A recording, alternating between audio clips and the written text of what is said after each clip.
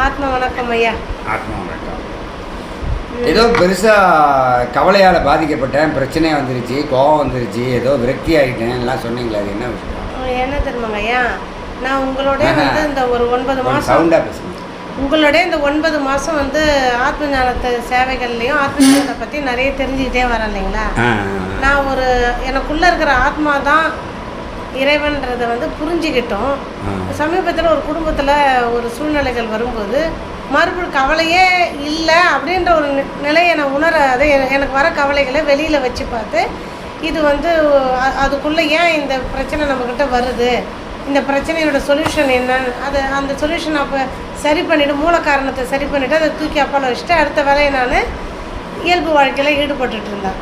அப்படியுமே ஒரு போன வாரத்தில் என்ன வரும்னாக்கா, என்னுடைய சகோதரியோட பொண்ணுக்கு, சிஸ்டரோட பொண்ணுக்கு மேரேஜ். அதுக்கு அவங்க எங்களை அழைச்சிட்டு இருந்தாங்க. முதல் நாளே வந்துடணும் அப்படின்லாம் சொல்லிட்டாங்க. சரி கண்டிப்பாக நான் வந்துடுறேன் அப்படின்னு சொல்லிவிட்டு நாங்கள் குடும்பத்தோடு வந்து முதல் நாளே போயிடலான்னு சொல்லிட்டு நாங்கள் திட்டமிட்டு அதுக்குண்டான பிளானோட நானே எங்கள் பொண்ணு மருமகன் எல்லாம் ரெடி பண்ணோம். டக்குன்னு எனக்கு என்ன தோணுச்சுனாக்கா, முதல் நாளே போனால் மண்டபத்தில் ரூம் இருக்கா தெரியாமல் நம்ம போயிட போகிறோம் ஏன்னா அப்படின்னு நினச்சிட்டு எங்கள் சகோதரிக்கு ஃபோன் அடித்து கிளம்பலான்னு நினைக்கும் போது எங்கள் பொண்ணு கன்ஃபார்ம் பண்ணிக்கலான்ற மாதிரி கேட்டோம். ஏன்னா அதுக்கு முன்னாடியே நாங்கள் எங்கள் பொண்ணு வந்து நாங்கள் எல்லோரும் போடுறதா திட்டமிட்டு அதுக்குண்டான எல்லாமே பர்ஃபெக்டாக நாங்கள் காத்துட்ருக்கோம். அந்த ஃபங்க்ஷன் போகணும், குடும்பமாக போய் அட்டன் பண்ணணும், நாங்கள் ஒரு விருப்பப்பட்டு நாங்கள் அதுக்கு தயாராக நிற்கிற நேரத்தில் என்னுடைய சிஸ்டர் வந்து இதை நீ முன்னாடியே சொல்லியிருக்கக்கூடாதா, ரூம் எல்லாமே புக் ஆகிடுது அப்படின்னு அவங்க ஒரு வார்த்தை சொல்லிட்டாங்க. எனக்கு சட்டுன்னு ஒரு மாதிரி கோவம் வந்துடுது. முன்னாடி நாளே வந்துருங்க போயிடுங்கன்னு வந்து ஃபார்மாலிட்டிஸுக்கு தான் சொன்னாங்களா. அப்போ நம்ம அங்கேருந்து பொண்ணு வீட்டில் இருந்து பொண்ணுடைய பசங்களாம் சின்ன சின்ன பிள்ளைங்களாம் இருக்கிறாங்க, அவங்களெல்லாம் என்னோடய பேரண்ட்களை அழைச்சின்னு போய் அன்றைக்கி நைட்டு வந்து கம்ஃபர்டபுளாக இருக்க முடியாது, எதுக்கு இவங்க வந்து முன்னாடி நாளே வர சொல்கிறாங்கன்னு சொல்லிட்டு எனக்கு சட்டுன்னு ஒரு கோபம் மாதிரி வந்துடுச்சு. நீங்கள் வந்து கோபப்படக்கூடாது, ஒரு துளி கூட கோபப்பட்டோம்னா ஒரு ஞானத்தை அடையிறதுக்கு அது வாய்ப்பு இல்லை, அது துர்குணங்கள் சொன்னீங்க. ஆனால் எனக்கு சட்டுன்னு கோவம் வந்துட்டு இந்த ஃபார்மாலிட்டிஸுக்கு தான் பத்திரிக்கை வச்சிங்களா அப்படின்ற மாதிரி சிஸ்டர் ஆச்சே நேராகவே நான் கேட்டுட்டேன். நம்ம பொண்ணு ஏமாந்துருமே, அந்த முதல் நாளே போக முடியாத சூழ்நிலை இருக்குது இந்த மாதிரிலாம் சொல்லிட்டாங்களே. எனக்கு அந்த முன் கோபத்தை என்னால் குறைக்க முடியாமல் என்னோடய சிஸ்டரை வந்து கொஞ்சம் மார்னிங்காக திட்டேன்.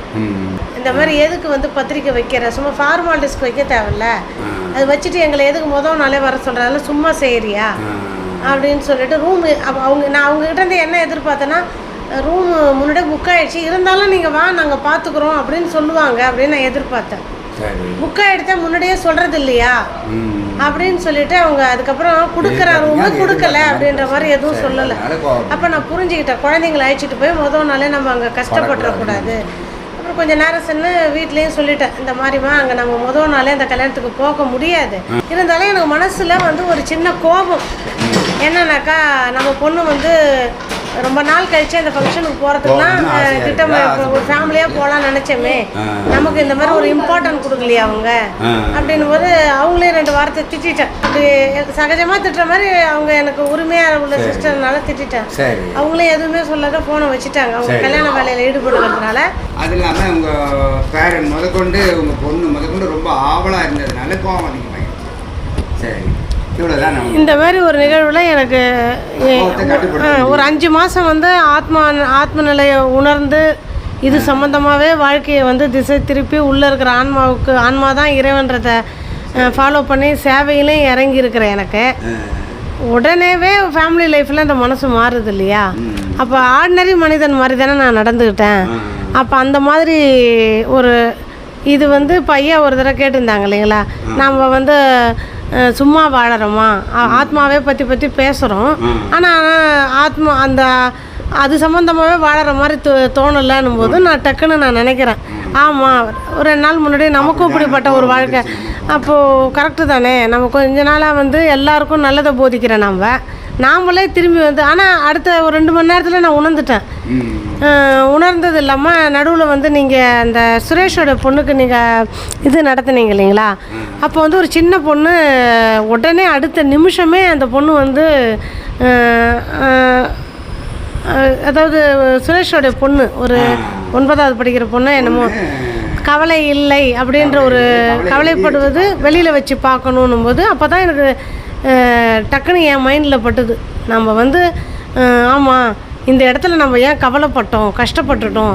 அப்போ அந்த கவலை வர்றதுக்கு முன்னாடியே இது ஒரு கவலையாக வருதுன்றத தெரிஞ்சு அந்த வார்த்தைகளை நம்ம விட்டு இருக்கக்கூடாது.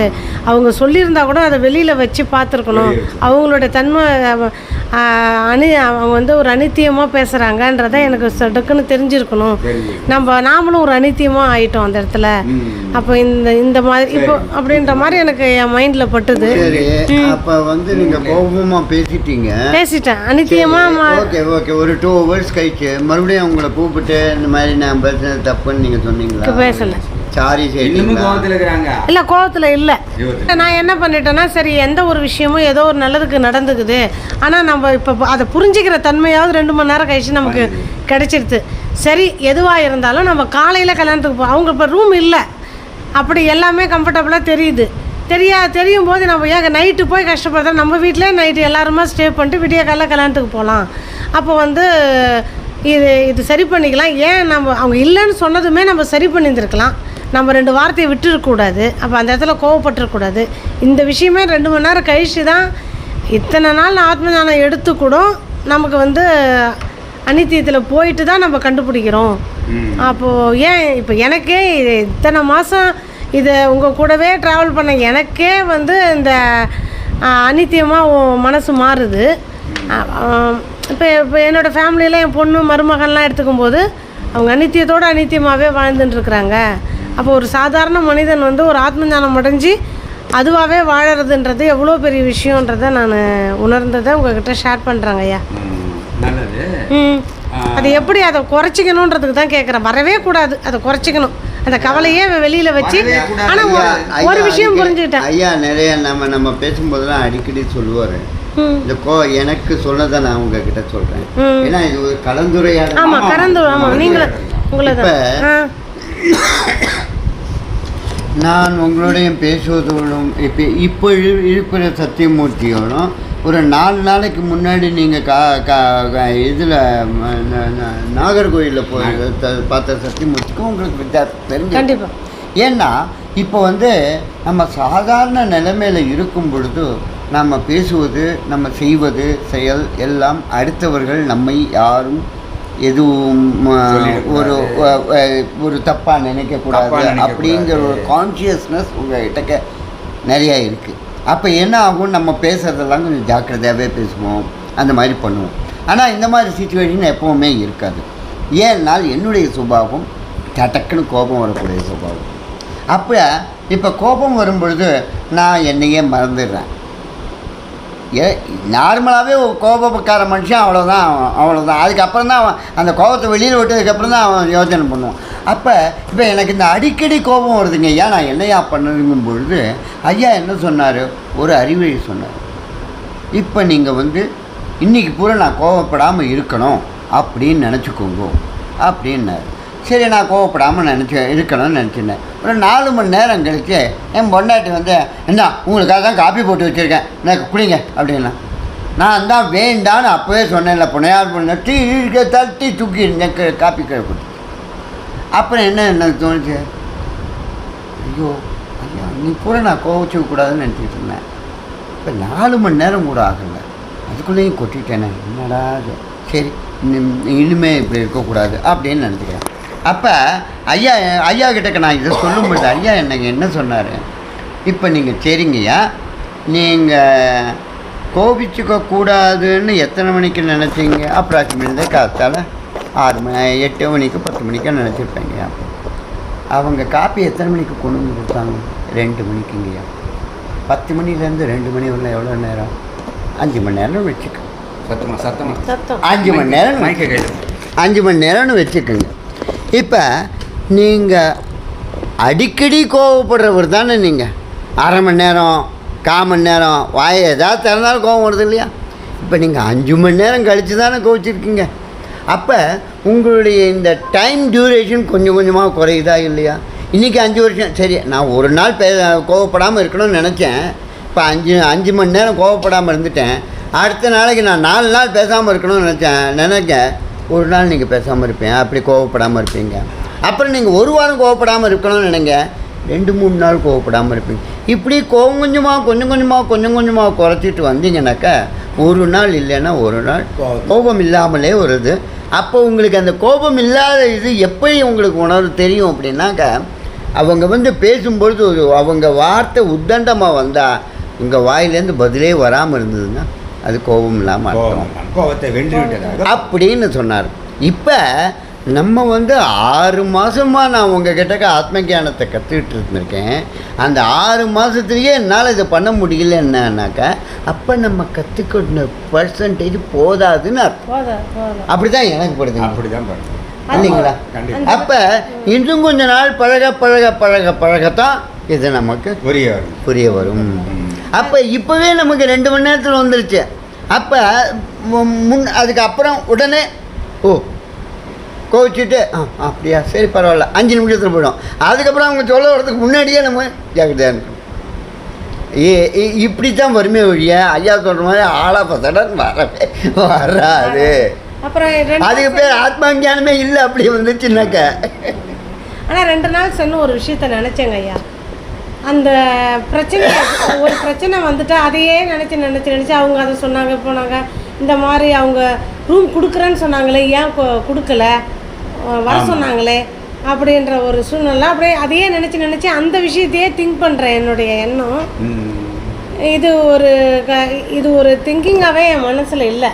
பேசணும், கேட்டோம், ரூம் இல்லைன்னு சொல்லிட்டாங்க. இது அடுத்த விஷயம் நான் ப்ரெசன்ஸில் இப்போ என்ன அடுத்த வேலை என்ன?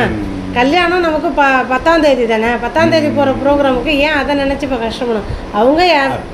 அப்போ ஒன்று அதை நான் சிம்பிளாக எடுத்துக்கக்கூடிய மனநிலைமை வெளியில் வச்சு பார்த்துட்டேன். அதுக்கு முன்னாடி எனக்கு அதையே நினச்சி திங்க் பண்ணி அது நினச்சி கஷ்டப்படுற ஆளாக இருக்கிறேன் நான். அந்த நிமிஷம் தான் நான் கஷ்டப்பட்டேன். ஆனால் அதை தூக்கி வெளியில் வச்சு பார்த்தேன். ஒரு கட்டத்துக்கு அப்புறம் நீங்கள் சொன்ன மாதிரி ஃபஸ்ட்டு கஷ்டம் கவலை உங்களுக்குள்ளே இருக்கிறதா நினைப்பீங்க. இல்லவே இல்லைன்றதை நீங்கள் சொன்ன விஷயம் ப்ரூஃப் ஆச்சு. 2வது அதை வெளியில் வச்சு பார்த்தா வெளியில் இருக்கிற மாதிரி தோணுச்சு. கொஞ்ச நேரம் சென்று பார்த்தா அதுவும் அந்த கஷ்டமும் கவலையும் இல்லையாச்சே. அவங்க சொன்னாங்க அப்போ அந்த சொல்லுக்கு நம்ம ஏன் மதிப்பு கொடுத்துன்னு உட்காந்துருக்கோம். அந்த கான்வர்சேஷன் முடிஞ்சிடுது, அந்த தொகுப்பு முடிஞ்சிடுது, நம்ம விட்டுட்டோம். அடுத்து நாம் எப்பொழுதும் நம்ம என்ன பிளான் பண்ணணுமோ அந்த பிளான் பிரகாரம் போகிறோம். இதையே நம்ம ஒரி பண்ணணும் அப்படின்றதே இதில். ஆனால் எனக்குள்ள சந்தேகம் என்னன்னா, எல்லா தெளிவும் பெற்ற நான் மறுபடியும் எப்படி அனித்தியமா இது லைட்டாக அகம்பாவமா இது எல்லா தெளிவும் பெற்ற நான் அப்படின்னு சொல்றதே அகம்பாவம். முதல்ல நான் பெற்றது கையளவு தான் அப்படிங்கிற நினப்பு இருக்கணும். அதுக்கு பதிலாக வேற இன்னொன்று இருக்கணும், இன்னும் பெற வேண்டியது நிறைய இருக்குன்னு நினைக்கணும். இந்த நினப்பு இருக்கணுமே தவிர 6 மாதமா நான் அவ்வளோ பெற்றேனே அப்படின்னு நினச்சி நீ பெற்றது அதிகம் நினைச்சாலே அதுக்கு பேர் அதுக்கு வேலை கர்வம். அந்த கர்வம் உனக்கு துன்பத்தை தரும். இது ஒரு அறியாமை. 2வது என்ன எப்போ ஒரு கவலை, பயம், வெறுப்பு, கோபம்ன்ற துர்குணங்களுக்கு காரணங்களை தான் நம்ம முன்வைக்கிறோமே தவிர, உங்களுக்கு தெரியுமா இந்த சூழ்நிலையில் யாராக இருந்தாலும் கோபப்பட்டிருப்பாங்க, நானாக இருந்த தொட்டு கொஞ்சமாக கோபப்பட்டேன் அப்படிங்கிற மாதிரி இருக்குது. கொஞ்சம் தின்னாலும் தின்னது தான், நிறைய தின்னாலும் தின்னது தான் சொல்லுவாங்க. புரியுதுங்களா? அந்த மாதிரி இருக்கிறச்ச நமக்கு சுத்தமாக கோபம் வரக்கூடாதுங்கிறதா நம்மளுடைய இலக்கு 1. 2வது காரணங்களை முன்னிறுத்தி நம்ம தப்பிக்கவே கூடாது. காரணம் எதுவாயினும் நான் கோபப்பட மாட்டேன், இதுதான் இலக்கு. இதை அடையிறதுக்கு முயற்சி பண்ணுங்க. 3வது உங்கள் மேலே எனக்கு அந்த விஷயத்தில் கொஞ்சம் வருத்தமும் கோபமும் அதிகமாகுது. என்னென்னா, அதாவது நீ செய்யாத தப்புக்கு அவங்க திட்டியிருந்தாங்கன்னா நீ கோவப்படக்கூடாதுன்னு நான் கிளாஸ் எடுத்துகிட்டு இருக்கேன். ஆனால் அங்கே நிகழ்ந்த நிகழ்வு என்னென்னா, அவங்க மேலே எந்த தப்புமே இல்லை. யார் மேலே? இவங்க அக்கா மேலே. உங்களை விட உங்கள் அக்கா கொஞ்சம் வசதி ஜாஸ்தியா? நீங்கள் உங்கள் பொண்ணு கல்யாணம் பண்ணதை விட அவங்க பொண்ணுக்கு அதிக பேரை கூப்பிட போகிறாங்களா? அதிக வசதிகளோடு அதிக பவுன் போட்டு எல்லாம் கிராண்டாக பண்ணும்போது நிறைய விஐபிங்க அவங்க வீட்டுக்கு வருவாங்க. அப்படி இருக்கும்பொழுது வாங்கன்னு கூப்பிடும்போது உங்களுக்கு ஒரு ரூம் கொடுக்கலான்னு மனசில் நினச்சிருக்கலாம். ஆனால் அப்போ கூட ஒரு ரூம் தர்றேன்னு சொல்லவே இல்லை. ஆனால் வாங்க எல்லோரும் வாங்கன்னு வீட்டுக்கு கூப்பிட்ருக்காங்க. பத்திரிக்கை வைக்கிறவங்க எல்லாருமே முன்னாடியே வந்துடுங்க, இருந்து ஃபங்க்ஷன் நடத்தி கொடுத்துட்டு போங்கன்னு தான் வைப்பாங்க. நம்மளாக கற்பனை பண்ணிக்கிட்டு நமக்கு ஒரு பேலஸ் வச்சு ரெடி பண்ணி கொடுப்பாங்க அப்படின்னு நம்ம நினச்சிக்கிறது நம்ம தப்பு. நம்ம எதிர்பார்ப்பு இருக்கக்கூடாது. சரி, அதுக்கப்புறமா அவங்க நீங்கள் ரூம் நடுவில் கேட்கும்போது இருந்திருந்தால் கொடுத்துருப்பாங்க. உண்மையிலே இல்லைங்கிறதுனால இல்லைன்னு சொல்லலாம். அப்போ நீ என்ன பண்ணியிருக்கணும்னா அவங்க நிலையில் நீ இருந்து உணர்ந்துருக்கணும் அவங்க நிலைமையை. ரைட்டா? அந்த நிலைமையில் நீ இருந்து பார்த்தீங்கன்னா நீ ஒரு பெரிய விஐபியாக இருந்து நிறைய பேரை இன்வைட் பண்ணியிருந்தீங்கன்னா தௌசண்ட்ஸ் ஆஃப் டென்ஷன்ஸ் இருக்கும். அதாவது ரெஸ்பான்சிபிலிட்டிஸ் இருக்கும். ஒரு டென்ஷன் சொல்லக்கூடாது, அதை ரெஸ்பான்சிபிலிட்டிஸ் இருக்கும். இதை இப்படி பண்ணணும் அப்படி பண்ணணும் போது இந்த நேரத்தில் போயிட்டு நீ ரூம் இல்லைன்னு சொல்லி திட்டினா கூட அதுக்கு பதில் சொல்லக்கூட உங்களுக்கு நேரம் இருக்காது. அதனால் அவங்க எதுவும் சொல்லியிருக்க மாட்டாங்களே.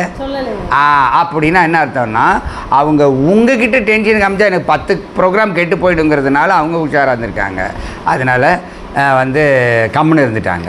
அப்படி நீங்கள் என்ன சொல்லியிருக்கீங்க, அது எப்படி ரூம் கொடுக்காம இருக்கலாம், என்னென்ன ஃபார்மாலிட்டி கூப்பிட்டியா? அப்போ ரூம் கொடுத்தே ஆகணுமா? கல்யாணத்துக்கு பத்திரிக்கை கொடுக்குறவங்க எல்லாருமே ரூம் கொடுத்தே ஆகணுமா என்ன? நான் 1000 பத்திரிக்கை கொடுக்குறேன், 1000 வீடு பார்க்கணுமா என்ன? நான் அப்படி கிடையாது, அப்படி கிடையாது. முதல்ல கல்யாணத்துக்கு வாங்கினா வாழ்த்துவதற்கு வாங்கன்னு அர்த்தம். நீங்கள் போகிறீங்க, வாழ்த்துறீங்க, வந்துடுறீங்க, ரைட்டு. நீங்கள் அங்கே தங்கணுன்னா நீங்கள் ஓன் ரிஸ்கில் தான் தங்கணும். இதான் முறைப்படி செய்யணும். இப்போ சாப்பாடு விருந்துக்கு வரீங்க, சாப்பிடும்போது சாப்பாடு போடுங்க நான் கேட்பீங்க, கம்முன்னு தான் இருப்பீங்க. போடும்போது கூட போதும்னு சொல்லுவீங்களா இல்லையா? அப்போ ரூம் கொடுக்குறேன்னு அவங்க சொன்னால் கூட இல்லைங்க ஐயா நான் வெளியே கூட தங்கிக்கிறேன், நீங்கள் முக்கியமான விஐபி கொடுங்கன்ற வார்த்தை தான் உங்கள் வாயில் வந்திருக்கணும். கல்யாணத்தை அக்கா நல்லா நடத்தணுன்ற எண்ணம் உனக்கு இருந்திருந்தா நீ என்ன பண்ணணும், நிறைய விஐபிங்க கவனிங்க, அவங்களுக்கு ரூம் கொடுங்க, நான் இங்கே ஏதாவது அட்ஜஸ்ட் பண்ணிக்கிறேன்னு தான் நீங்கள் சொல்லியிருக்கணும். புரியுதுங்களா? ரெண்டாவது இன்னொரு விஷயம், ஒரு ரூம் எடுத்து தங்கிறதுனால மிஞ்சி போனால் ஒரு 1000மோ அல்லது 2000மோ ஏன் 5000மே ஆகட்டும், ஆனால் இன்னொரு நாள் இந்த ஃபங்க்ஷன் வருமா? வராது. ஸோ அவங்க முன்னாடி நீ கெத்தாக ரூம் எடுத்து தங்கிட்டு வந்தீங்கன்னா இன்னும் நல்லா இருந்திருக்கும், வசதியாகவும் இருந்திருக்கும். என்றைக்காவது ஒரு நாள் இது மாதிரி சூழ்நிலையில் கொஞ்சம் லக்ஸூரியஸாக செலவு பண்ண கற்றுக்கங்க. சரிங்களா? எல்லா நேரத்துலேயுமே சிக்கனமாக இருக்கிறதுக்கு பேர் சிக்கனம் கிடையாது. புரியுதா? அவங்க முன்னாடி அவங்க உங்களை திட்டுறாங்க, உங்களை வேணும்னு கூட சொல்லியிருக்கலாம். அந்த மாதிரி சொல்லும்போது கூட நீ அவங்க முன்னாடி இப்படி செஞ்சுட்டு வர்றது தான் நல்லது. சரியா? அந்த மாதிரி பார்த்துக்கணும். ரெண்டாவது, இது வரைக்கும் நான் சொன்னதெல்லாம் அவங்க மேலே தப்பே இல்லாத போது அவங்க செயலை நீங்கள் தவறாக பண்ணிங்கன்னா இன்னும் எவ்வளோ தப்பாக எவ்வளோ ஆழமாக நீங்கள் கோபத்தை வர வச்சுருக்க பாருங்க. அருகதையற்ற விஷயத்துக்கு கவலைப்பட்டிருக்கீங்க, தகுதியற்ற விஷயத்துக்காக நீங்கள் கவலைப்பட்டிருக்கீங்க. தகுதி அற்றவர்னு அவங்கள சொல்லலை, அவங்கள தகுதியற்றவன்னு தகுதியற்ற விஷயத்துக்காக நீங்கள் சண்டை போட்டிருக்கீங்க. தகுதியற்ற விஷயம்ன்றது என்ன? ரூம் கிடைக்கிறது விஷயமா? இப்போது அக்கா தங்கச்சி ஒரு உறவுங்கிறது எவ்வளோ பெரிய உறவு, ரூம் கிடைக்கலங்கிறது சிம்பிள் மேட்ரு. நீங்கள் சொல்ல வர்றது exactly it is related to ego. அது மட்டும் இல்லாமல் ரெண்டாவது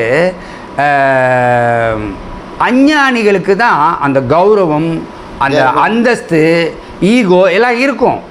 அவங்க வேணால் எனக்கும் ஒரு ரூம் வேணும் அல்லவா, அவங்க நாத்தனார் தான் உனக்கு முக்கியமா, நான் முக்கியம் இல்லையா, அதான் ஈகோனுடைய வெளிப்பாடு. ரைட்டா? அப்போல்லாம் நம்ம ஈகோவில் நிறைய ஃபெயிலியர் ஆகிட்டோன்னு புரிஞ்சுக்கங்க. ஆமாம், சரிங்களா? ரெண்டாவது, அவங்க என்ன நினச்சிருக்கலாம், உங்களுக்கு ஒரு சொந்த வீடு இருக்கிறது அவங்களுக்கு தெரியும். அப்போ என்ன பண்ணியிருக்கலாம், நீ அந்த வீட்டில் தங்கிறதுக்கு வாய்ப்பு இருக்குதுன்னு நினச்சிருக்கலாம். நீ கொஞ்சம் வெரி இம்பார்ட்டன்ட் பர்சன்ட் இன் செங்கல்பட்டுன்னு கூட நினச்சிருக்கலாம். அது பேர் என்ன, லாஸ்பேட்டுன்னு கூட பாண்டிச்சேரின்னு கூட நினச்சிருக்கலாம். அதனால் உங்களுக்கு 10 தெரிஞ்சவங்க இருக்கும்போது ஏன் அங்கே எல்லாம் ஒரு இடத்துல கூட ஒரு நாள் தங்கக்கூடாதுன்னு கூட நினச்சிருக்கலாம். அதனால் வெளியூர்லேருந்து வர்றவங்களுக்கு மட்டும்தான் ரூம் கொடுக்கணும்னு நினச்சிருக்கலாம். புரியுதா? இந்த மாதிரி பல காரணங்கள் இருக்குது. அதனால் ரூம் கொடுக்கலைங்கிறது சாதாரண விஷயம். இதே நீங்கள் ஸ்டேஜில் ஃபோட்டோ எடுக்க போகும்போது இறங்குங்க அப்புறம் வாங்க அப்படி மாதிரி ஏதாவது இல்ட்ரீட் பண்ணியிருந்தா, சாப்பிட்றதுக்கு முன்னாடி சாப்பிட்றதுக்கு போகும்போது கூட நீ அப்புறமா சாப்பிட்றது தானே அப்படின்னு ஏதாவது சொல்லியிருந்தா, இந்த மாதிரி விஷயத்துக்கு வேணால் நீங்கள் வருத்தப்படுறதுல ஒரு நியாயம் இருக்குது. ஆனால் அந்த சூழ்நிலையிலையும் நீ வருத்தக்கூடாதுன்னு தான் ஆத்மஞானம் சொல்லுது. ஆத்மஞானம் என்ன சொல்லுதுன்னா, சூடு சொரணை வெக்கம் மானம் எதுவுமே இருக்கக்கூடாதுன்னு சொல்லுது ஆத்மஞானம். ஆத்மாவுக்கு இருக்கா சூடு சொரணை? இல்லை. அப்போ அந்த மாதிரி மாறுவது தான் இயல்பு. நம்ம தங்கச்சியை போய் இவ்வளோ மோசமாக திட்டோமே தப்புடா அப்படின்னு அவங்க ஃபீல் பண்ணி உன்னிட்ட வர்ற வரைக்கும் நீ அமைதி காக்கணுமா? சரியா? அதனால் அவங்க கத்துனாங்களா, எதுவும் சத்தம் போடும். ஆனால் நீ கத்திட்ட. அவங்க திட்டினாங்களா, நீ திட்டிட்ட. ஆனால் அவங்க தன்னுணர்வு அடைஞ்சாங்களா, இல்லை நீ அடைஞ்சிருக்க. இப்போ பாருமா எவ்வளோ பெரிய தப்பு பண்ணிட்டோன்னு. சரியா? நம்மக்கிட்ட தன்னுணர்வு தேடல் இருக்குது, தன் உணர்வு இருக்குது, ஆத்ம ஞானம் இருக்குது, பொறுமை இருக்குது, அமைதியாக இருக்கணுன்ற உணர்வு இருக்குது. எல்லாம் இருந்தும் நாம் டென்ஷன் ஆகிட்டோம். அவங்களுக்கு எதுவுமே தெரியாது, அந்த இடத்துல பெரிய மனுஷி மாதிரி நடந்துக்கிட்டாங்க. அதனால் முதல்ல அவங்க மனதால் மன்னிச்சிருங்க. மனதால் மன்னிச்சிருங்க. தவறு செய்தன்றதை வந்து மனதளவில் வந்து நான் சாரி கேட்டுக்கிட்டேன். பொதுவாக இந்த ஆமாம் முடிஞ்சிடுது. இப்போ வேறு கேள்வி கேட்குறீங்க? நான் வேறு கேட்குறேன். சரி, என்ன கேட்குறேன்னாக்கா, நம்ம தெரிஞ்சோ தெரியாமலோ செய்த தவறுக்கு வந்து மன்னிப்பு கேட்குறோம். ஆமாம். இப்போ இறந்த கட்டத்தில் எவ்வளோ விஷயங்கள் தப்பும் செய்திருப்போம், தவறும் செய்திருப்போம், எடுத்து. ஆமாம். அந்த ஆத்மாக்கள் இப்போ இல்லை, இறந்துச்சு. சில ஆத்மாக்கள் இருக்கிறாங்க. சரி. ஆனால் சில விஷயங்கள் நான் தப்பு தான் உணர்ந்ததுக்கப்புறம் நேரில் போயிட்டு மன்னிப்பு கேட்டாலும் அதை நான் மன்னிப்பு தான் உண்மையிலே கேட்க வரணும், அந்த ஆத்மா வர கேட்குற தெரியாது. தெரியாது. இறந்துட்டவங்களுக்கு நம்ம நேரில் இல்லை. யாராவது ஒருத்தரை பற்றி பேசுமா? இறந்துட்டவங்களை பற்றி பேசு, இல்லை உயிரோடு இருக்கிறவங்களை பற்றி பேசு. ஒருத்தரை பற்றி மட்டும் பேசு. விஷயத்துக்கும் கேட்குறேன். இறந்துட்டவங்களுக்கும் ஒன்று ஒன்றா கேளு, உயிரோடு இருக்கிற ஒன்று ஒன்றா தனித்தனியாக கேளு. போயிட்டு ஒரு சாரி போய் தெரியாமல் செய்த தவறுக்கு போய் மன்னிப்பு கேட்க முடியாது. ஆனால் அந்த தவறுன்றதை நான் உணர்ந்துட்டேன். இப்போ நான் இருந்த இடத்துல இருந்து அவங்க மைண்டில் கொண்டாந்து வச்சுக்கிட்டு நான் மன்னிப்பு கேட்கறதுனால இந்த மன்னிப்பு போய் கரெக்டாக ஏர்வையாகுமா? மன்னிப்பு நீ கேட்பது உன் நன்மைக்காகன்னு புரிஞ்சுக்கோ. கடவுள் அதை மன்னிப்பாரா? இப்போது நான் ஒரு உபத்திரம் பண்ணிட்டேன் ஐயாவுக்கு அப்படின்னு கேட்டால், ஐயா என்னை மன்னிச்சுக்கங்கன்னு கேட்குறது அவர் மனசு குளிரணுங்கிறத விட மிக முக்கியமான எண்ணம் என்னென்னா, எனக்கு அவரை பற்றி அந்த வெறுப்புணர்வு போக வேண்டும். அதுக்காக தான் மன்னிப்பு கேட்குறது. வெறுப்புணர்வு போகணும். நம்ம நன்மைக்காக தான் மன்னிப்பு கேட்குறோன்னு புரிஞ்சுக்கங்க. முதல்ல பிறரை மன்னித்தல் நம் நன்மைக்காகன்னு புரிஞ்சுக்கங்க. சரி, இறந்துட்டவங்களுக்கு அது மாதிரி அவங்க ஆத்மாவை மனதுக்குள்ளே நினச்சிக்கிட்டு நீ அவங்களுக்கு மன்னிப்பு கேட்கும்பொழுது அவங்க பிறவி அவங்கள சிந்திக்காதீங்க, அவங்கள நீங்கள் சிந்திச்சிட்டு இருக்காதீங்க. ஆனால் அவங்கள நினச்சி நீங்கள் அவங்கள ஆத்மாவை மனசில் கொண்டு வந்து நிறுத்தி அவங்கள்ட்ட மன்னிப்பு கேட்கும்போது நீங்கள் அதிலேருந்து விடுதலை பெறலாம். அவ்வளோதான், அதோட முற்றுப்புள்ளி. ஆனால் அவங்களுடைய நிலைமை என்னன்னு கேட்டால், அவங்க எப்போவோ பிறவி எடுத்து போயிட்டுருப்பாங்க. நீ மன்னிப்பு கேட்கணுன்னு எதிர்பார்க்க மாட்டாங்க, கேட்கலனாலும் கவலைப்பட மாட்டாங்க. அவங்க வேறு பிறவி எடுக்க போயிட்டாங்க. புரியுதுங்களா? அவங்களுக்கு அது எதுவுமே வரைக்கும். ஆனால் நீங்கள் உங்கள் திருப்திக்காக அவங்கள மனதில் கொண்டு வந்து மன்னிப்பு கேட்கலாம். இது ஒன்று. ஐயா உயிரோடு இருக்கிறவங்கள 2 டைப் இருக்காங்கம்மா. கொஞ்சம் ஜென்டில்மேனாக இருந்தாங்கனாக்கா, நம்ம சாரி சார் மன்னிச்சுக்கோங்க, கை தெரியாமல் பட்டுருச்சுன்னா பரவாயில்லைங்கன்றவார் இவர். இவரே கொஞ்சம் ரொம்ப கோவக்காரரு, அவரோட குணத்தை பற்றிலாம் நமக்கு தெரியும், இவர்கிட்ட போய் மன்னிப்பு கேட்குறதே டேஞ்சர்னு நினைக்கிறோம். அப்போ போய் மன்னிப்பு கேட்டால் என்ன ஆகணும்? ஐயா மன்னிச்சுக்கோங்க. ஆமாம், இந்த மன்னிப்பு கொண்டு குறைச்சிடாது. Sorry never make a dead man alive, தெரியுமா உனக்கு அப்படின்னுவார். அப்படின்னு என்ன உங்களுக்கு தெரியும் இல்லைங்களா? அதாவது சாரிங்கிற சொல்லு செத்து போனவனை உயிரோட கொண்டு வந்துடுமா? வராதில்ல. நீ பாட்டுக்கு சாரி சொல்லிட்டு எனக்கு பண்ண உபத்திரமெல்லாம் போயிடுமா என்ன அப்படிங்கிற மாதிரி அவர் பேசினார்னா நம்ம எதுவும். அப்போ அந்த மாதிரி சூழ்நிலையில் நீ மனதோட மன்னிப்பு கேட்குறதோட நிறுத்திக்கணும் அந்த இடத்துல. புரியுதா? ஒரு பிரச்சனையை ஆரம்பிக்கிறதுக்கு கூட இந்த சாரி உனக்கு தூண்டுகோலாக அமைஞ்சிரும். அதை நீ அதுலேருந்து நீ தப்பிச்சுக்கணும்னு சொல்ல வரேன். புரியுதா? ரைட்டு. ஸோ அப்போ உயிரோடு இருக்கிறவங்களில் 2 டைப் இருக்காங்க. சாரியை ஏற்றுக்கொள்பவர், ஏற்றுக்கொள்ளாதவர்கிட்ட மனதளோ சாரி கேட்டுடு. ஏற்றுக்கொள்ளவராக இருந்தால் ஓப்பனாகவே சாரி கேட்டுடு. 2. இறந்தவங்களாக இருந்தால் மனசுக்குள்ளே சாரி கேட்டுட்டு விட்டுடு. சரி, எப்போ நீ சாரி கேட்டுட்டியோ அப்போது சாரி கொடுத்துட்டு தான் நினச்சிக்கோ. இறந்துட்டவங்களா 10 நாளைக்கு முன்னாடி நானே உங்ககிட்ட ஒரு 10 நாளைக்கு முன்னாடி ஒரு இன்சிடெண்ட்டில் சொல்லியிருக்கேன். வார்த்தையை தடித்து போய் நம்ம 2 பேருக்குள்ளே ஒரு மனக்கசப்பு ஏற்பட்டு ஒரு விஷயங்களை நீங்கள் சொல்லிட்டீங்க, நான் பேசாமல் விட்டுட்டேன். அது உங்கள் மனதில் கட்டப்பட்டு நீங்கள் என்கிட்ட சாரி கேட்டீங்க. அப்போ நான் ஐயா ஒரு தடவை நான் ஐயாட்ட சொன்னேன், ஐயா ஒரு தடவை நீங்கள் சாரி கேட்டுட்டு மறுபடியும் அதை பண்ணாமல் இருக்கிறதுக்கு என்ன உண்டுங்கிறத தானங்கய்யா நம்ம பார்க்கணும். மறுபடியும் அதை பண்ணிவிட்டு சாரி கேட்டால் போகிறோம் நம்ம பண்ணிவிட்டோம், சாரி கேட்டால் போகிறோம் அப்படின்னா அதில் அந்த ஒரு அர்த்தமே இல்லைங்கயான்னு கேட்டிருக்கேன் உங்கள்கிட்ட. அது அப்போ இப்போ இன்றைக்கி ஐயா இப்போ எனக்கு சொல்கிறது, அப்போ அந்த கோவக்காரன் சொன்னால் பாருங்க, சாரி சொன்னதுனால செத்த போனால் இறந்து வந்துருமான்னு கேட்குறேன் சொன்னார் இல்லையா? அதே மாதிரி இப்போ சாரி சொல்கிறதுனால நம்ம கெட்டு போய்டுறதும் இல்லை, அந்த சாரி மன்னிக்கிறதுனால நான் உயர்ந்து போகிறதும் இல்லை. இது எதுக்காகனா நம்ம அளவுக்கு நம்ம மனசு திருப்தியா இருக்கணுங்கிறது என் மனதில் நன்மை செய்து நம் மனதுக்கு நாமே நன்மை செய்து கொள்வதற்காகத்தான் நான் சாரி கேட்கிறேன். இப்ப அடுத்த தடவை நம்ம சாரி கேட்கறதுனா நமக்குள்ள இருக்கிற அந்த ஆணவம் அந்த ஈகோ எக்ஸாக்ட்லி எல்லாமே அடங்குது. அதான் வெக்கப்படுறவன் சாரி கேட்க மாட்டான், ப்ரெஸ்டீஜ் பார்க்குறவன் சாரி கேட்க மாட்டான், அந்தஸ்து பார்க்குறவன் சாரி கேட்க மாட்டான். இப்போ நீ சாரி கேட்குறேன்னா அதெல்லாம் நீ கொண்டுட்டேன்னு அர்த்தம். ஆமாம், கர்வத்தை கொண்டுட்டேன்னு அர்த்தம். ஏதோ சூழ்நிலைக்கு தகுந்த மாதிரி நான் அப்படி பேசிட்டேன், தப்பு தான் அப்படிங்கிற நிலைமைக்கு தவற பண்ணாத அளவுக்கு மனசு வந்துடும் ஆட்டோமேட்டிக்காக. அது வரும்பொழுது அந்த மாதிரி தோணும் பொழுது ஐயோ அன்னைக்கு இப்படி நடந்து இப்படி பண்ணக்கூடாது வந்துடும், அது ஆட்டோமேட்டிக்காக வந்துடும். ஒருவர் காரணமே எல்லாமே என்னை தண்டிக்கிறாருன்னா எப்படி தண்டிக்கிறாருன்னா கூப்பிட்டு அன்எக்ஸ்பெக்டடாக பலார்னு ஒரு அறை கொடுத்துட்றாரு. அறை கொடுத்த உடனே ஐயோ அடிச்சிட்டாருன்னா இவ்வளவு கோபமாக அடிக்கிறாருன்னா அவருக்கு நம்ம ஏதோ செஞ்சுருக்கோம் போல இருக்கு. இருந்தாலும் அவருடைய தாபம் தீரணும்னா நம்ம என்ன பண்ணணும்னா நம்ம அடி வாங்குறதையும் வலிக்கிறது அவமானம் இதெல்லாம் மறந்துட்டு அவருடைய எண்ணத்தை நம்ம நினச்சி பார்க்கணும். எவ்வளோ கோபம் இருந்தால் அவர் அடிச்சிருப்பார், அதனால் அவர் கோபம் தீரணும்னா இன்னொரு அறையை அரைஞ்சிக்கங்க அப்படின்னு சொல்கிறவன் தான் ஆத்ம ஞானி. ரொம்ப இம்பாசிபிளாக தெரியுது, அதுதான் இயேசுநாதர் சொன்னார். இயேசுநாதர் ஒரு மிகச்சிறந்த ஆத்ம ஞானி. ஒரு கன்னத்தை அறைந்தால் மறுகன்னத்தை காட்டுன்னு சொல்கிறாரு. அந்த மறுகன்னத்தை காட்டுவது எதற்காகனா அடிக்கிறவங்க திருப்தியோடு இருக்கணுங்கிற அந்த நேரத்தில் அதை கொடுக்கணுங்கிறதுக்காக அவங்க கோபம் தீரணும். இன்னொரு ஒரு அறை கொடுத்துட்டு அவர் கோபம் தீந்துரும்ல, அது அவர் கோபத்தை வெளியேற்றணுங்கிறதுக்காக, எதிராளியினுடைய கோபத்தை வெளியேற்றணுங்கிறதுக்காக தான் இன்னொரு அறை வாங்க தயாராக இருக்கிறார். அதில் இன்னொரு அறை வாங்குறதுனால உயிர் போயிடாது. இருந்தாலும் அதை வாங்கிறதுக்கு எதையெல்லாம் கொன்னாதான் அதை வாங்க தோணும். கௌரவம், அந்தஸ்து, மானம், புகழ் இது எல்லாம் கொன்னுட்டு தான் இன்னொரு ஆணவம், திமிரு எல்லாத்தையும் அவ்வளவு பெரிய நீ கொன்னினாதான் ஐயா இன்னொரு அறை வேணா அரைஞ்சிக்கங்க ஐயா அப்படின்னு சொல்லுவாங்க. புரியுதுங்களா? ஸோ இந்த மாதிரி தன்மை இந்த அளவுக்கு அதிகமாக இருக்கணும்னு சொல்கிறாங்க. அப்படின்னா என்ன அர்த்தம்னா நமது இலக்கு தூரத்தில் இருக்குன்னு புரிஞ்சிக்கணும். அவ்வளோ தூரத்தில் இருக்குது. அப்போ நம்ம பயணப்பட வேண்டிய டிஸ்டன்ஸ் இன்னும் அதிகமாக இருக்குதுன்னு அர்த்தம். புரியுதுங்களா? அப்போ நமக்கு இலக்கு ரொம்ப தூரத்தில் இருக்கும்போது அடைய வேண்டியது நிறைய மலையளவு அப்படின்ற எண்ணம் இப்போ அது உருவாகும். புரியுதுங்களா? இது உருவாகணும். அதே சமயத்தில் நம்ம இந்த மாதிரி சிந்தனைகளை சிந்திச்சுக்கிட்டே இருக்கும் பொழுது நாம் அதை நோக்கி தான் பயணிக்கிறோம். அதை நம்ம ஞாபகம் வச்சுக்கணும். புரியுதுங்களா? ரொம்ப சந்தோஷமான விஷயம் இது. எனக்கு ஒரு நல்ல ஒரு புரிதலை கொடுத்தீங்க ஐயா. இந்த உடல், மனம், ஆத்மா இது ஒரு சப்ஜெக்ட். அந்த சப்ஜெக்டில் இந்த உடலும் மனதையும் பற்றி மாத்திரம் சில விஷயங்களை நான் அறிய விரும்புகிறேன்.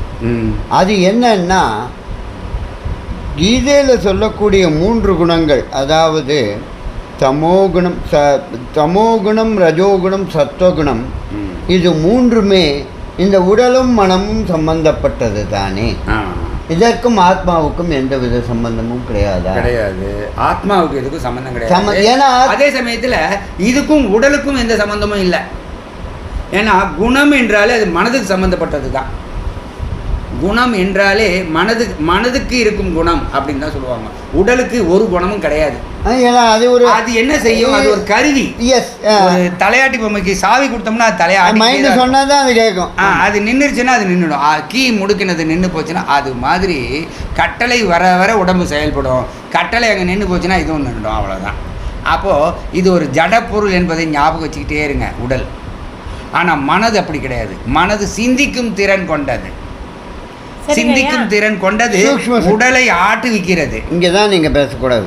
இந்த இடத்துல தான் இங்கே தான் நீங்கள் கவனிக்கணும். உடலை கண்ட்ரோல் கொண்டு வருது. ஒரு குதிரை மேலே ஏறி உட்கார்ந்தா அந்த குதிரையை அடக்குகிறதுக்கு அந்த மூக்கணாங்கயிறை பிடிச்சிக்கிட்டு காலால் ஃபீலிங்கை கொடுத்துக்கிட்டு அதை ஓட வைக்கிறோம் பார்த்தீங்களா? அது மாதிரி மனம் என்ன செய்யுதுன்னா உடல் என்கிற வாகனத்தை இயக்குகிறது. After all this is a vehicle. நீங்கள் வெளியே நிறுத்திருக்கீங்களே ஒரு ஸ்கூட்டரு, அது மாதிரி தான் அந்த உடல் கருவி. அதை ஓட்டுபவன் தான் அந்த மனம். அது மனமும் ஒரு கருவி தானே. மனமும் ஒரு கருவிங்கிறது பின்னாடி அது. ஆனால் அது இன்னும் கொஞ்சம் உயர்ந்த, அது என்ன சொல்றதுன்னா அது சிந்திக்கும் திறன் கொண்ட ஒரு கருவி. ஆமாம், சேகரிக்க நினைவுகளை சேகரிக்கிற அறிவுன்னு சொன்னாலே மனம் புத்தின்னு 2 வகையாக பிரிக்கலாம். புத்தி என்பது நல்லதை மட்டும் செய்ய தூண்டுவது, கெட்டதை செய்ய தவிர்க்க தூண்டுவது. இப்போ நல்லது எது கெட்டது எதுன்னு ஒரு விஷயம் இருக்குங்களா? இருக்கு. நல்லதுன்னு எது நல்லது எது கெட்டது அப்படின்னு புரிஞ்சுக்கணும்னா, நல்லது எது கெட்டது எது, நல்ல கேள்வி இது. நல்லது எதுன்னு சொல்லிக்கிட்டீங்கன்னா, பிறர் உனக்கு என்ன செய்யணும்னு நீ விரும்புகிறியோ அதை நீ பிறருக்கு செய்யணும், அது நீ நல்லதுன்னு சொல்லலாம். பிறர் உனக்கு எதை செய்யக்கூடாதுன்னு நீ விரும்புறியோ அதை நீ பிறருக்கும் செய்யக்கூடாது, அதுக்கு பேர் தான் கெட்டது. இப்போ புரிஞ்சிச்சாமா? இன்னொரு தடவை சொல்கிறேன். இதே சத்தியமூர்த்தி ஐயா ஒரு நன்மைக்காக ஒரு அறிவுரை சொல்கிறாரு, சரியா? அவர் நன்மைக்காக செய்கிறதுனால அது நல்லது. அது நல்லதுன்னு உனக்கு தெரியும். அதே மாதிரி அறிவுகளை நீ அவர்கிட்ட வாங்கின அறிவுரைகளை, சில அறிவுரைகளை பிறருக்கும் கொடுக்குற, அது நல்லது. இது நல்லது, ரைட்டா? பிறர் உனக்கு எதை செய்ய வேண்டும் என்று நீ விரும்புகிறாயோ அதெல்லாம் நல்லது, எதை நீ செய்யக்கூடாது என்று வெறுக்கிறாயோ அதெல்லாம் தீமை தரும். சரி, அதான் அவங்க அதை சொன்னதுனால அவங்க நமக்கு என்ன நல்லது சொன்னாங்களோ அந்த நல்லது. ஓகே, இப்போ இதுக்கு பேர் தான் நல்லதுமா. ரெண்டாவது எது கெடுதல் அப்படின்னா, பிறர் உனக்கு எதை சொன்னால் கோபம் வருதோ, வருத்தம் வருதோ, மனசு வெறுப்பு வருதோ அதெல்லாம் கெட்டது, சரியா? இந்த கெட்டதை நீ பிறருக்கு கொடுக்கக்கூடாது. ஆனால் பிறரிடமிருந்து பெறுகின்ற கெடுதலை, அந்த வெறுப்புணர்வை நம்ம வெறுப்போடு அது வெறுப்பை பொறுத்துக்கிட்டு சகிப்புத்தன்மையை வளர்த்துக்கிட்டு கொஞ்சம் அமைதி காக்கணும் அந்த நேரத்தில். இப்போது நல்லது, இன்பமானது, அறிவுரைகள், ஞானங்கள் இதெல்லாம் ஏற்கணும்னு சொல்லிட்டேன். இதெல்லாம் நல்ல விஷயம். இதெல்லாம் ரொம்ப சுலபமாக புரிஞ்சிடுது, இதில் டவுட்டே இல்லை. ஆனால் இதுக்கு ஆப்போசிட் இன்னொன்று இருக்குது. கெட்டது, கெட்ட விஷயங்கள், கெட்ட நிகழ்வுகள், சிலர் கொடுக்கும் தொந்தரவுகள், இந்த மாதிரி சமயங்களில் நாம் எப்படி இருக்கணுங்கிறது மிக முக்கியம். இந்த நேரத்தில் பொறுமை, சகிப்புத்தன்மை, கோபம், வெறுப்பு, அதை பற்றிய கவலை, இது எல்லாத்தையும் தவிர்க்கணும். அமைதி சுரூபமாக மாறணும். தவம்னா கேள்விப்பட்டிருக்கீங்களா? தன்னைத்தானே தண்டித்துக் கொள்வது தான் தவம் என்று சொல்லுவாங்க, சரிங்களா? இப்போ ஐயப்ப பக்தர்கள்லாம் ஒரு மாதம் ஃபுல்லாக செருப்பு போடாமல் இருப்பாங்க. அப்போ ஏன்னா அங்கே போகும்போது ஈஸியாக இருக்குங்கிறதுக்காக அந்த தவம். அது தன்னைத்தானே தண்டித்துக் கொள்ளாமல் இருப்பதுனா தன் உடலை மனதில்லை எங்கள் இடத்துல. சரி, தன் உடலை தண்டிக்கிறதுக்கு தவம்னு சொல்லுவோம். வருத்தி கொள்வது, தன் உடலை வருத்தி கொள்வது, ரைட்டா? எப்போ பார்த்தாலும் சாப்பிட்டுட்டே இருக்கிறோம், மாதத்தில் ஒரு நாள் சாப்பிடாமல் இருந்தால் வயிற்றுக்கு நல்லதுன்னு சொன்னாங்கன்னா அதுக்கு பேர் விரதம், உண்ணாவிரதம்னு சொல்லுவாங்க, சரியா? இந்த மாதிரி நிறைய விரதங்கள் இருக்குது. இந்த விரதங்கள், தவம், இதெல்லாம் என்னதுன்னா உடலுக்கு நல்லது. இந்த உடலுக்கு நல்லதை நீ எப்போல்லாம் செய்கிறியோ அப்போல்லாம் உடல் நான் இல்லைங்கிற கருத்துக்கு வர. ஐயோ, இந்த ஸ்வீட்டை கண்டா நான் விடமாட்டேன்னு சொன்னீங்கன்னா நீ நான் உடலுங்கிற எண்ணத்துக்கு போகிறேன்னு அர்த்தம். புரியுதுங்களா? இந்த நாக்குக்கு அடிமையாக கூடாது. சாப்பிடுங்க, தப்பு இல்லை. 4 ஸ்வீட் சாப்பிட்ற இடத்துல ஒரு சும்மா சிட்டிக்கு எடுத்துக்கிட்டு ஓகே தேங்க்யூ போதும் அப்படின்னு சொல்லி மனதை கட்டுப்படுத்துங்க. உடம்பை அடக்குங்க. மனதை கட்டுப்படுத்தினா உடம்பு அடங்கிடும், ரைட்டுங்களா? மனது சொன்னால் உடம்பு கேட்கும், மனது சொன்னால் மட்டும்தான் உடம்பு கேட்கும். ஆமாம், நீ சொன்னாலும் கேட்காது, நான் சொன்னாலும் வேறு யார் சொன்னாலும் கேட்காது. ஒன்று, அதனால தான் திருடனா பார்த்து திருடத்தை இழக்க முடியாது, அந்த மாதிரி சொல்லுவாங்க. அந்த மாதிரி இருக்குது. ரெண்டாவது, அந்த மாதிரி நல்லெண்ணங்களால் மனதை நிரப்பணும், பொறுத்துக்கணும். இவருடைய ஒரு ஆக்டிவிட்டி எனக்கு ரொம்ப பிடிச்சிருச்சு, அதை பாராட்டாமல் இருக்கவே முடியாது. நம்ம ரமண மலையிலேருந்து இறங்கி வர்றோம், கால் அந்த கொதிக்குது, பொறுக்க முடியல. நான் நினச்சிக்கிட்டேன் நமக்கு வயசு கம்மியாக இருக்கிற நமக்கே இந்த வலி வலிக்குது, பாவம் அவர் துடிச்சு போயிடுவார் அப்படின்னு நினச்சி அவரை பற்றி கவலைப்பட்டுட்டு இருக்கேன். அவர் அங்கே போய் நான் போய் சேர்ந்துட்டேங்க ஐயான்றாரு. எனக்கு அந்த விஷயத்தை எப்படி ஐயா பொறுத்துக்கிட்டீங்கன்னா அதுக்கு ஒரு தத்துவம் சொன்னார். என்னென்னா, சகிப்புத்தன்மையை பொறுத்துக்கிட்டோம்னா தான் அதனுடைய வலி அதிகமாக தெரியாதுங்கிற அர்த்தத்தில் ஏதோ சொன்னார். சரி, ஓகே, நல்லது. அப்போது என்ன சொல்ல வரேன்னு கேட்டால், அந்த நேரத்தில் அவர்கிட்ட இருக்கிற ஒரு நல்ல குணம் வெளிப்படுவதற்கு அந்த இடம் அவருக்கு, சூழ்நிலை அவருக்கு கை கொடுத்தது. அந்த சூழ்நிலை மட்டும் அவருக்கு கை கொடுக்கலன்னா, அமையலைன்னா, அந்த நல்ல குணம் அவருக்கு இருக்குன்னே எனக்கு தெரியாது. இன்ஃபேக்ட் அவருக்கே அந்த திறமை தெரிஞ்சிருக்காரு. நம்மக்கிட்ட இவ்வளோ சக்தி இருக்கான்ற எண்ணமே அவருக்கு தெரிஞ்சிருக்காரு. சரிங்களா? அதனால் அதெல்லாம் நம்ம பாருங்கள். அப்போது துன்பம் வரும்பொழுது என்ன பண்ணணும், கோபம் வரும்பொழுது என்ன பண்ணணும், இதெல்லாம் பார்த்துக்கோங்க. அதுலேயும் பர்டிகுலர்லி செய்யாத தப்புக்கு நீ தண்டிக்கப்படும் பொழுது அந்த சொல்லுக்கு உயிர் இல்லை, உயிரற்ற சொல் என்னை பாதிக்காது, அது செத்துப்போன பாம்புக்கு சமமானது அப்படின்னு நினச்சி அந்த செத்துப்போன பாம்பை கண்டு யாரும் பயப்பட மாட்டாங்க, கவலைப்பட மாட்டாங்க.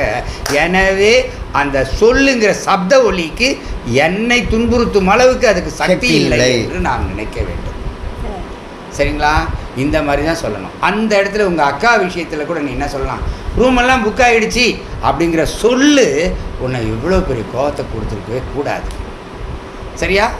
அதனால் நீ என்ன பண்ணணும்னா, நீ பெரிய தப்பு செஞ்சிட்டேன்னு சொல்லி அடிக்கடி நினச்சிக்கிட்டே இருந்து உன் தவறை நீ நினச்சிக்கிட்டே இருந்தீங்கன்னா தான் இன்னொரு தப்பு தள்ளி போகும்.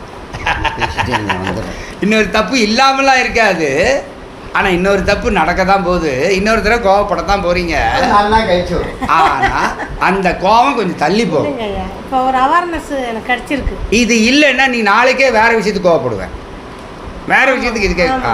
ஆனால் இதை நினச்சி பார்த்தா தான் இன்னொரு சூழ்நிலையில் உடனே கோவப்படணுன்ற எண்ணம் உனக்கு வராது. இதை நீங்கள் ஞாபகம் வச்சுக்கணும்.